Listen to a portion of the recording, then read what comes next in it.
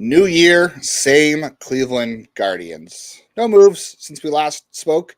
So before we turn the page to 2024, we've got another 2023 positional review. It's going to be a positive one. The one thing the Cleveland Guardians do well, starting pitching.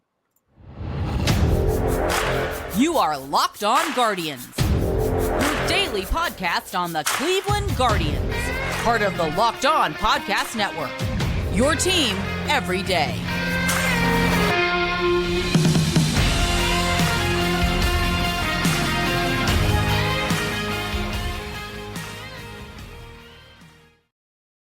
Hello, everyone, and welcome to the show. Today's episode is brought to you by FanDuel. Make every moment more. Right now, new customers get $150 in bonus bets with any winning $5 moneyline bet. $150 if your team wins. Visit FanDuel.com/lockedon to get started.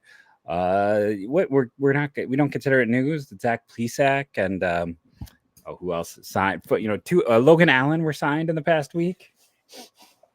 Woo! To other team. I can't believe a team gave Zach Plesac a major league contract. Teams are desperate for pitching, you're going from Shohei Ohtani to Zach Plesac in Los Angeles. Things are going very well for the Angels.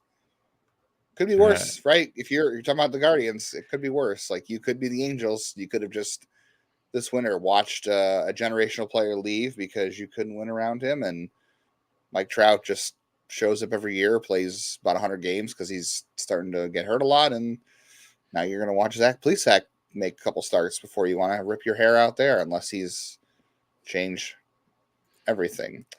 In Cleveland, though, they needed a lot of starting pitchers last year, so depth is always a price you need to pay. How many starting pitchers does it take to survive a season? It takes about 1,400 innings to fill a season. I didn't just do that math in my head. I'm not Rain Man. I did have to do the math. It's 162 games times 9 innings, that's 1,458. So, roughly around 1,400 innings of pitching per season. And that, for Cleveland, ended up being 14 starting pitchers. That is a lot. That is not, typical. I feel like any given year, you're talking like 8 to 10 in a good year. And granted, we're talking about guys who started one game, like Touki Toussaint and Noah Syndergaard started 6. Like there's those things. Triston McKenzie with 4. On 4, yeah. So well, that's part of the calculus too. Things happen that didn't go well for them, but you did have one guy make one random start, but you had Daniel Norris's and some other random guys that came up and filled innings. So it's rough. You need a lot of pitchers to fill a lot of innings, but never thought it would be 14 pitchers. And hey, I never thought that we would be talking about Logan Allen and Tanner Bibee starting games in April of 2023, but they did, and it worked out good. I mean, those guys arrived ahead of schedule. They were great.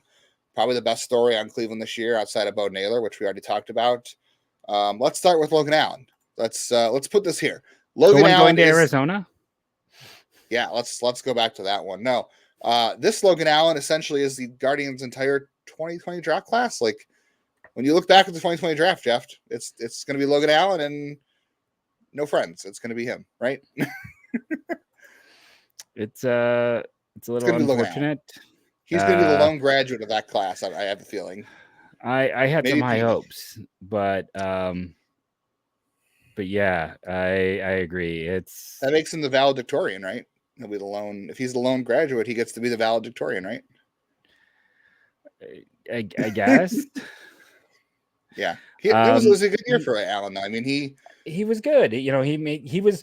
You know what? And I'll say this: he was my number one player in that draft class that Cleveland took. He might have been there. He was their third selection, but he was number one by far for me amongst those players that they took. And he was one of those guys who was interesting when they drafted him. The number of people who thought he was a reliever only, but the smart guys like Brian Sakowski, Carlos Collazo, when I would talk with them, he was always their sleeper in the system. It's like, there's more here. This is a guy who always gets doubted. Such a good athlete. He was Ohtani, right? In college, he was a two-way guy. But he's been great.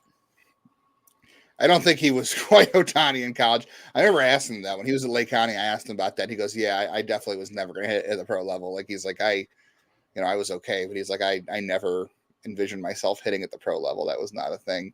I think what I like most, that I've learned most about Allen too, is if you go back and look at the stories of him coming up through the system or through the draft, is that in high school, he didn't throw a breaking ball. This was a guy who dominated in high school. He was a very undersized kid, not highly recruited. He ended up going to college at with one of his friends' dads, which is Marvel Melendez, who is MJ Melendez's dad at FIU. Didn't throw a breaking ball until he got to college. Like, he was strictly in high school a fastball changeup guy. But the changeup was very good even then. Well, yeah, the changeup developed so well for him, and coming through the minors, that was the big pitch. And then he adds the sweeper with Cleveland, and that is kind of his main secondary now. And it was a fantastic pitch for him last year. Right up there with his changeup in terms of whiff rate and put away. Huge weapon. So he's got 3 good pitches now, I'd say. The cutter is it's kind of rough for him. Like, it's there, but it needs some refinement if he's going to use it. And I understand why it's there, to keep guys off the fastball. That's the biggest thing you can look at Logan Allen. Like, he had a great year. He got sent down to the minors briefly, obviously for like a little innings respite, but the big thing for him was a lot of foul balls. He was having issues putting guys away. I think there were some moments where he was a nibbler a little bit around the plate, but a lot of foul balls off the fastball and just couldn't put guys away with 2 strikes. But the 2 secondaries are absolutely good pitches. The command is still pretty good. He's just got to find a way to work the fastball a little more usable and get himself into those counts to use those secondaries. But all in all, really good rookie debut for Logan Allen. Definitely didn't predict it in April, but we knew at some point this year he was the arm we knew was going to get caught up, because he was the one who had to be added at the end of the year. So he was the one that we thought, as opposed to Williams and Bibee, who we'll talk about, those guys didn't have to be added at the end of this year. So Allen was a guy we knew we'd be seeing this year, and he had already been in AAA ahead of the other 2 as well. And he struggled. He struggled in AAA, and he came out this year in AAA and pitched much better and earned his way to the majors, even if it was a little bit sooner than I think everybody in Cleveland would have liked. Tanner Bibee. This is the story of the year. Cleveland, he was finished second the Rookie of the Year voting, which, by the way, means Tanner gets the full year of service time. It doesn't mean he gets an extra year of service time. It means the time that he spent in AAA in April now counts towards his major league time. So he gets a full year major league year in terms of service in 2023. So it's not 2 years. It's not an additional year. It's just 1 full year instead of, Cleveland does not get the extra free agent year. So it's going to be interesting to see what happens to him. But for you and I, Jeff, I think the story is Tanner Bibee is who we thought he was. He pitched like a guy who deserved to be in the Rookie of the Year conversation, and he was. That's who we thought he was. I don't know that I thought he was going to be up in April. You said, he did. He didn't. And like you said, he did not need to be called up this year because he was not up for 40-man until next year. But I think you and I both thought he was going to force his way to the majors this year at some point. I just didn't think it'd be April, but injuries and guys just struggling ended up making that the case. And I feel like there was just never a moment where you're like, oh, I don't know about this. Like, I don't know if Tanner's ready. I don't know if this is a guy who is the number 1 pitching prospect in a system that produces a lot of pitching prospects. Like, he looked exactly like we thought he was going to, and that was a Rookie of the Year candidate. And I think he would have won it better if he had a chance to pitch all year. I think it would have been hard just because Henderson was so good and was so known and had played the max the year before. But he had arguably the best rookie season since Herb Score. One can make an argument for Charles Nagy and his rookie season. He was just phenomenal as a rookie. And I talked about on the show, there's some areas where there are chances that we'll see some slight regression, but nothing big. This isn't one where we think he's going to completely fall apart, or this is not a Jeremy Sowers type of situation from many, many years ago. There's a reason why we had him number 1. People were slow to adjust because if you weren't paying attention, you didn't see the added velocity, you didn't see the secondary pitches. And he was number 1 because relatively strong health history, and he was just a late bloomer. And I mean, we talked about it before. He's either first or second in terms of the overall value to this team, just because of the years of team control. He is a awesome player. He's probably their ace right now. And nothing more needs to be said, I think. Nope. Hot take. We'll get the 2024 train rolling on this. I know we haven't done 2024 position previews. We're doing 2023 reviews, but hot hot take hype machine. Tanner Bibee is going to be the Guardians' best pitcher in 2024. I think he was in 2023. Yes. And I think he'll take that a step further in 2024.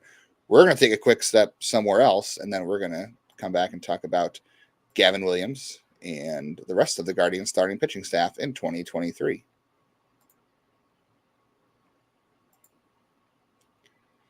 Before the NFL season wraps up, you're going to want to get in on the offer that's been going on from FanDuel. If you haven't taken advantage yet, what are you waiting for? New customers get $150 in bonus bets guaranteed when you place a $5 bet. So now it's $150, win or lose. So just get on there, place that $5 money line bet, and win or lose, you're going to get $150 in bonus bets right there, just in time for the final week of the NFL season. And if you're not really a fan of the money line bets, you won't take advantage of the $150, but there's other things you can do. They have live game parlays, find bets in the new Explore tab. Make a parlay in the Parlay Hub. It's the best way to find the most popular parlays each game and more. So visit FanDuel.com/lockedon and make that first bet an easy layup as the NFL season wraps up, as the regular season anyway. FanDuel is an official partner of the NFL.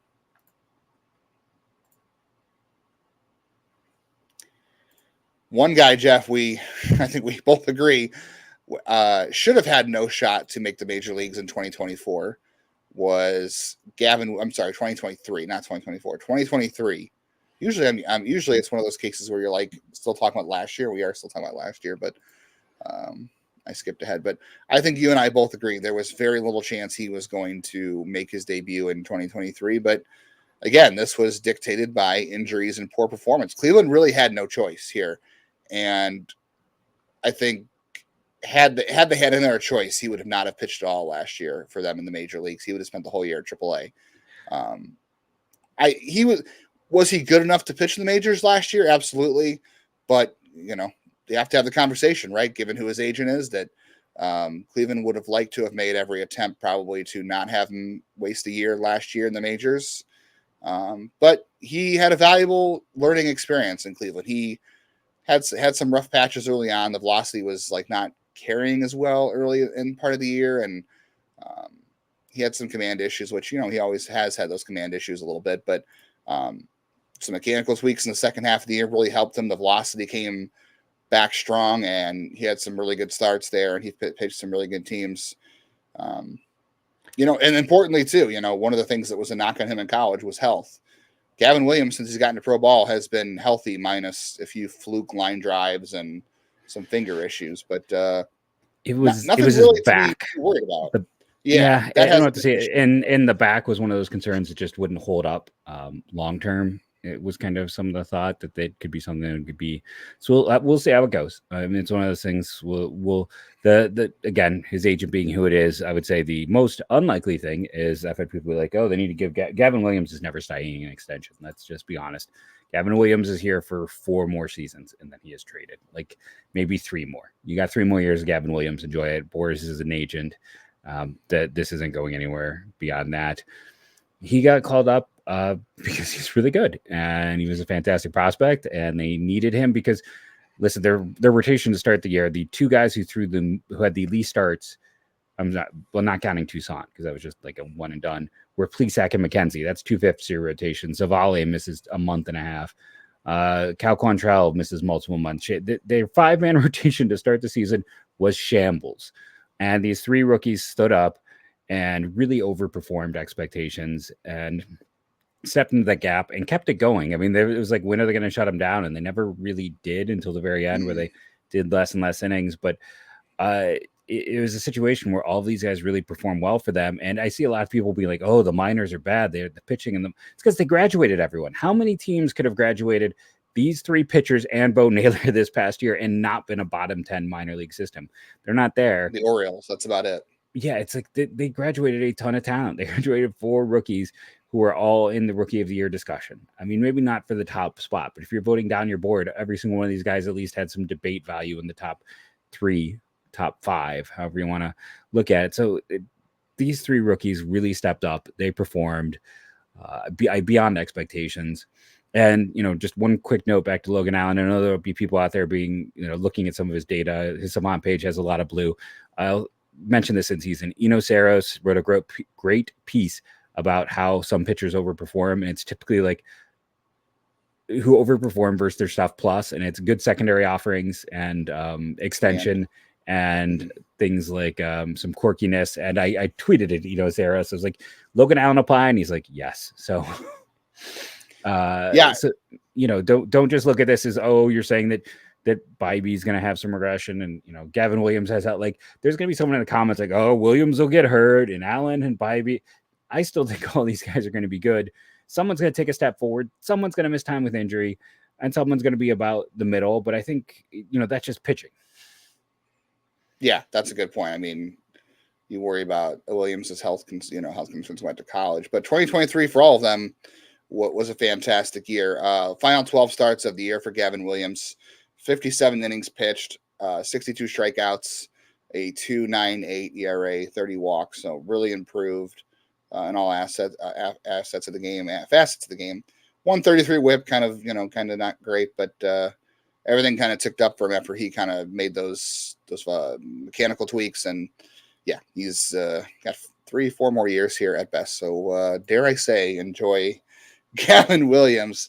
Hopefully, all right, this is where we really got to focus on the conversation here is, like you said, the guys that pitched the least amount of innings this year.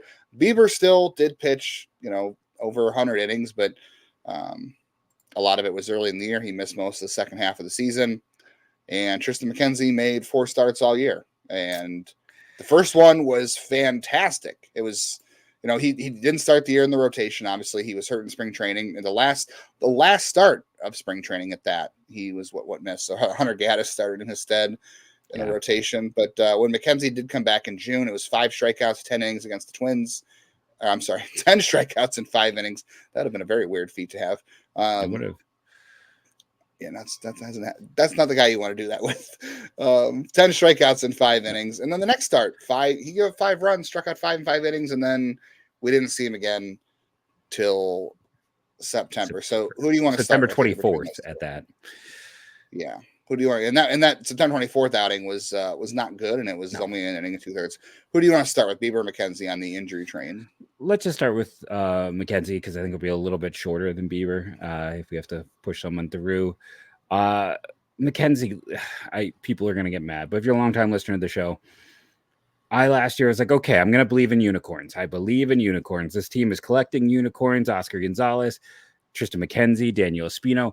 This team is built on unicorns. Okay. So I got too hyped because all of those guys showed why you can't bet on unicorns. It was everyone came down to earth. And the issue with Triston McKenzie was there had been health issues late in his career.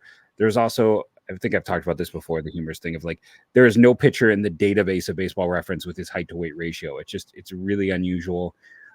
He's been really effective. He really hasn't added a whole bunch. And throughout, when I saw him in the minors, he could not maintain velocity. So I was always kind of concerned with him. And then I was like, okay, I'm finally believing in all of these guys. And then all of them pooped the bed, as it were. So McKenzie, you're hoping he's going to rebound. There's always that concern that he does have a long injury history in the minors. He missed essentially almost 2 full seasons due to injury. He missed last year due to injury. That's, was it like 2020 is weird. So if we don't look at that one, it's like 3 of the last 4 years he's pitched has been injuries, or is it, if not 3 of the last 4, 3 of the last 5, he's missed significant time. And that's a worrisome, for as much as we all want to trade Shane Bieber and get a hitter. I mean, I want to trade Shane Bieber and get a proven bat. Triston McKenzie is not exactly a rock of stability.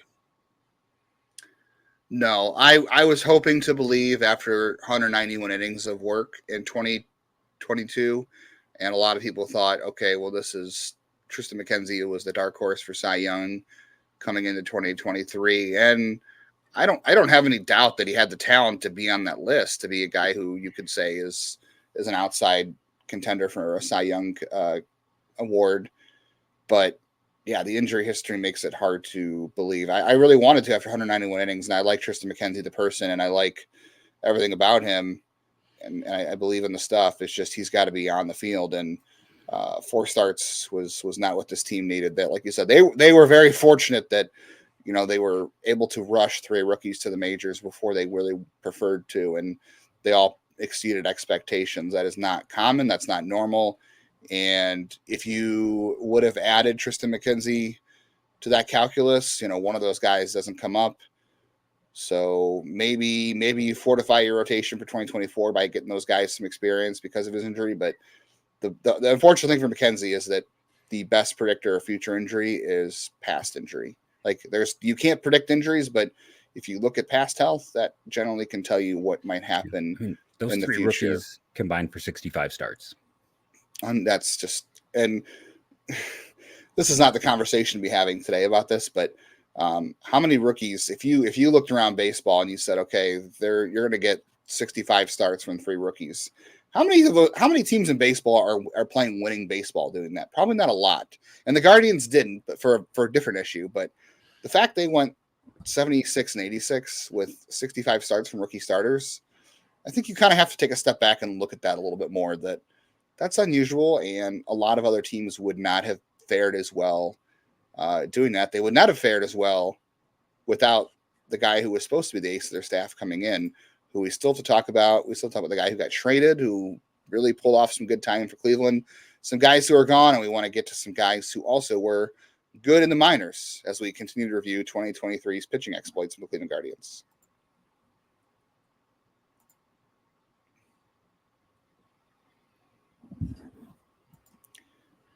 We've had multiple shows talking about Shane Bieber, Jeff, about what's going to happen with him. And, here's the reality. Shane Bieber has pitched 200 innings in 2022, and he's been hurt the 2 years surrounding that. The fastball velocity has gone from 93 to 91 and a half. The strikeout rate has dropped. If you're watching on YouTube TV, we're on YouTube TV. I don't think we're on YouTube. If you're watching on YouTube, you can see the stats. The strikeout rate has declined. The fastball velocity has declined. And all of that is the reason why he's still a Cleveland Guardian as we head into January. For now, you never know. But this looks like a guy who, I don't know, it's hard to tell from 2021 or 2022, I should say, but all the signs were there of an injury. And I feel like he was pitching through an injury all that time. And I don't know. I don't put into a lot of stock the last two games. I know everyone's going to say, oh, the last 2 starts he came back look good. I just can't put any stock into that. Like I come into 2024 with looking at 2023 for Bieber, and everything is a question mark. And that's why he's probably still a Guardian right now. Yeah, it is interesting. You look around right now at free agency, and we're seeing teams are more willing to, with risky pitching, pay money instead of player value, right? Like Giolito, Montas, guys who have some risk, who also showed some regression or had health issues. And teams are willing to go out and give them money, but don't want to give up as much in player value. So I think that's part of the calculus. It's also just, it's still currently a pretty deep pitcher market. Like I put together my all free agent team today, and you could have argued that there was more depth at starting position than any other position on the market. So all that comes together, and I want to stress again, at $12 million, Bieber is a good deal. It's a question of what you can get, and then, like I said, the cost of replacement, especially with them having graduated so much. And yeah, Cal Quantrill was largely ineffective last year, but he's a guy who's not an option anymore. It was his worst year, and they got a guy who's not probably a top 40 prospect for him. So yeah, it's interesting because coming into the year, most people would have argued Quantrill had more value than Aaron Civale for a trade. The number of people this time a year ago who thought that they should just flip Civale for any old junk on the street was very high. And Civale again got hurt. And then he was really good, and when they traded him, everyone was making a big deal because they were 2 games out of first. Was it 2? Was it less? And then, he would have been number 1 for the ERA if he qualified for the ERA title. But again, he didn't qualify because he was hurt. And then we saw his regression when they traded him. They sold high. And I'm trying to remember which person it was who in their article talked about the fact that, like, Cleveland had originally started talking about a Bieber deal that was larger. And with Bieber's injuries and not being able to come back, they shifted and did the Civale one. And I think, I don't know, so many people were so mad at the time, but I don't know. I think unquestionably this was one of their smarter trades and decisions. this is a player who was going to get more expensive, who has never stayed healthy, and got hurt again for a large chunk of time, and they sold at absolute max value.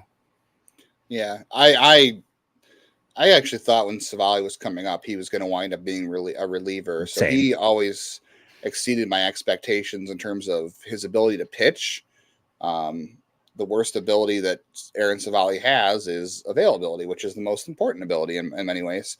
Yeah, he was not all that great for Tampa Bay. I don't know if it was an adjustment situation for him or what happened there, but they got him to be a kind of everybody in Tampa Bay's rotation is kind of a 5 and dive guy, which is weird. Because a lot of their pitchers get hurt, which is, they had Glass now. Tampa Bay Rays love to have like 10 starters that all get hurt and they just kind of rotate through. So Aaron Civale fits them really well.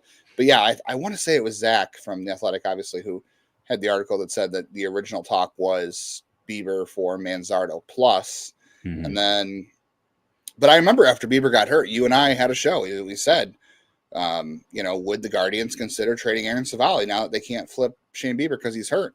And a lot of people are like, oh, you can't do that. They're in contention. And he's their best pitcher. He's looking really good. And I'm like, yeah, but I think they all know what everybody else knows is that unfortunately, Civale, and no disrespect to him. Like I like Aaron Civale, the person. I like listening to him talk when he's chatty. He's not a very talkative guy, but when he does talk pitching, I enjoy listening to him. And he's very fun to watch pitch, truthfully, because he is sort of Josh Tomlin-esque. Like he doesn't have big stuff, obviously, and he's fun to watch pitch. But they knew what everybody else knew, that there was always another shoe to fall in terms of health or regression with him, and they sold high. This may wind up being one of their best moves in the last decade if Kyle Manzardo pans out, because whatever Aaron Civale goes on to do with Tampa Bay is inconsequential for Cleveland, because Aaron Civale, like you said, he could have qualified for the ERA title for Cleveland and pitched great, and they still weren't going to the playoffs. Not with this offense, not with the way the bullpen had so many ebbs and flows this year. If Kyle Manzardo pans out the way we think he's going to pan out, doesn't matter. I think Cleveland got the better end of the deal, and maybe both teams win that trade. But great move for Cleveland to pull the trigger on moving Civale when they did, despite the fact that it was unpopular at the time. And this is one I think they're going to win. I also think one thing we have to point out too is Cleveland's deployment of Civale versus the deployment of Bieber. It's really interesting to look at how they deployed both those pitchers, because they were treating Civale like a 5 and die. They were using him specifically to maximize his trade value. It felt like they were not having him put, like Bieber was fine too. This is the third time through the order was killing him when he was healthy. And they were still trying to get him back to be that guy, where Civale, they were like, nope, that's it. Doesn't matter how they set him up to be as successful as possible. They set him up to be a trade asset. Yeah, that's not unfair. You're right.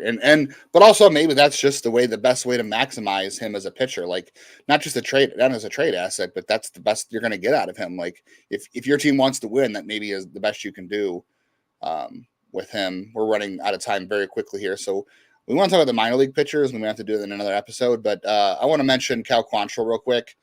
I think he took one for the team this year. I think This is a guy who pitched through injuries all year because of the injuries to the starting rotation, and he clearly had shoulder injuries all year long and was not good. He had a couple of good starts at the end, but again, we can't put a whole lot of stock into that. But again, Cal Quantrill is another dude I really liked off the field, and I just think he tried to pitch through injuries all year, and it came back to bite him, and it hurt everybody in the end. And now, Colorado's going to pay the salary for him this year. Zach Plesac, was the plug pulled quickly enough for you, Jeff, this year, or was it not pulled quickly enough? Like I said, all last offseason, everyone was like, Civale and Plesac, trade him now for whatever you can get. And basically, it would have been getting C-level prospects if we traded him last offseason, probably. Civale's health was even worse a year ago. So you hold on because of what Civale did. You hold on to Plesac for the same reason, because, hey, if he rebounds, you're getting something big. If he doesn't rebound, you get nothing. You get stuck with him. Batting 500 is not bad on that, right? No. And if you want to know why Bieber's still here, it's the same story, right? We got to see if we can rebound the value. Yeah. Speaking of our friend Zach at The Athletic, Noah Syndergaard one day will be a great random jersey sighting for Cleveland. I keep getting ads from one of those jersey stores, Fanatics or something, trying to sell me a Noah Syndergaard jersey. Maybe I'll buy one if it's like $20 just to have, so I can show up on one of Zach's lists one year. Poor guy just sounded like he was broken, was not enjoying baseball. Yeah, it's Cleveland collected broken pitchers this year. Like if you go through and you look at the Lucas Giolito story, and like, it's out there that he went through a divorce mid-year and that really messed with his head. And then you go through the Noah Syndergaard issue. It's like they had a lot of pitchers going through a lot of mental anguish, and yeah. I almost forgot about Lucas Giolito. To be honest with you, if you're watching on YouTube at the graphic, I just put up the other guys who started this year. I didn't even have Lucas Giolito in there until Jeff just mentioned him, because I forgot that happened. And he came in, made his first start, got obliterated by the Twins, and that, the season was already over at that point, but that was the official 6 foot in the hole at that point. Xavier Curry made some nice starts for them this year. Hunter Gaddis had a couple of nice moments, and then Tuki Toussaint existed. Curry was 7th on this team in starts. You add him in, that's another. If you add him and Peyton Batenfield, that's another 15 to that 65. That's 80. They had 80. I didn't even put Peyton in. Darn it. I like Peyton. Sorry, I keep messing you up. And Gaddis still counts as a rookie entering the year. So that's 87 starts by rookies this year. That's more than half of their starts were by rookies. I don't think that is. I mean, I'm not a one-man scout crew over here, but that feels like has that ever happened before to a team who's trying to contend? I don't know. That, like I said, that might be a discussion for another day. How many teams could have survived doing that? And Cleveland didn't survive, but maybe they were better than they should have been, given their situation. I would think we'll have to punt the prospects to another day. Yeah. Sorry, guys. We'll get that deal in again. We will definitely. Thank you all for joining us. Rate and review, downloading. It helps. We're going to have, who knows, maybe it'll be prospects for what's coming up. But we're going to have more of our Let's Make a Deal, positional reviews, all that fun jive. So make sure you are tuning in for every show. Thank you all. I saw David commenting, one of our everydayers, for being a part of the Locked On Guardians team. As we give you content all off season. Go Guardians.